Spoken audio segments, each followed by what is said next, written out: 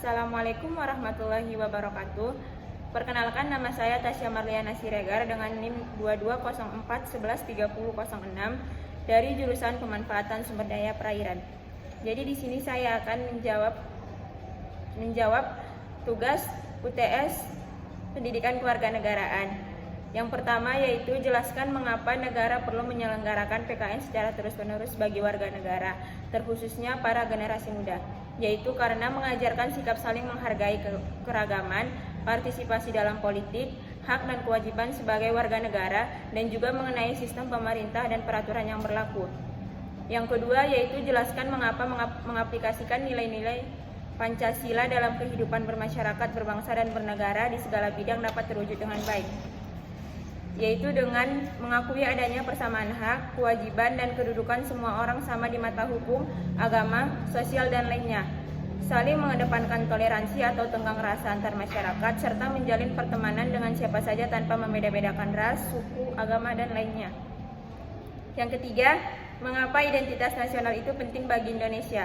Sebutkan salah satu identitas nasional bangsa Indonesia dan jelaskan alasan bangsa Indonesia sepakat untuk menggunakan identitas tersebut, yaitu karena identitas nasional memiliki kedaulatan yang sangat penting. Apabila sebuah negara ingin dihormati dan dihargai oleh negara lain, maka negara tersebut harus menunjukkan identitas nasionalnya sebagai rasa bangga karena identitas nasional tersebut tidak dimiliki oleh negara lain.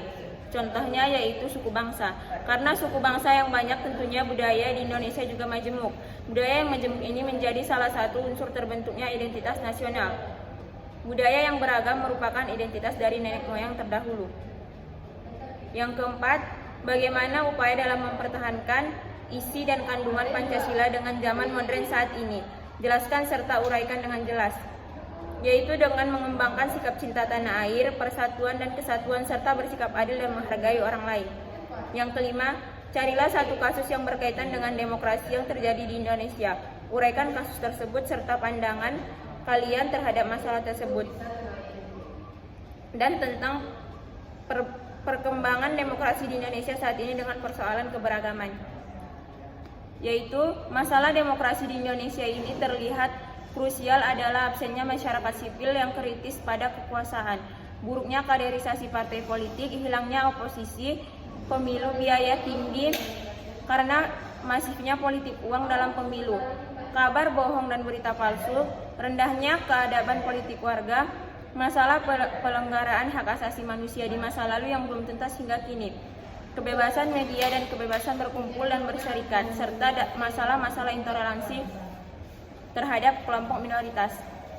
Kita mengalami situasi krisis suara kritis kepada kekuasaan karena hampir semua elemen masyarakat sipil dari mulai LSM, kampus, media, dan mahasiswa telah merapat untuk diam demi menghindari stigma berpihak kepada kelompok intoleran yang anti Pancasila dan anti demokrasi.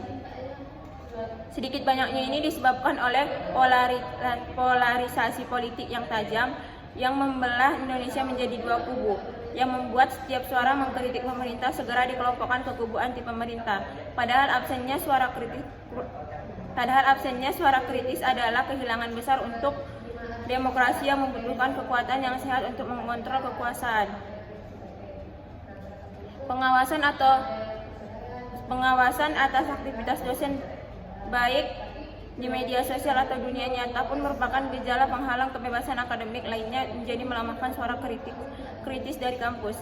Hal tersebut disebabkan oleh yang pertama lemahnya partai politik, yang kedua media sosial, yang ketiga kemunduran. Oke, cukup sekian yang dapat saya sampaikan. Kurang dan janggalnya saya mohon maaf. Assalamualaikum warahmatullahi wabarakatuh.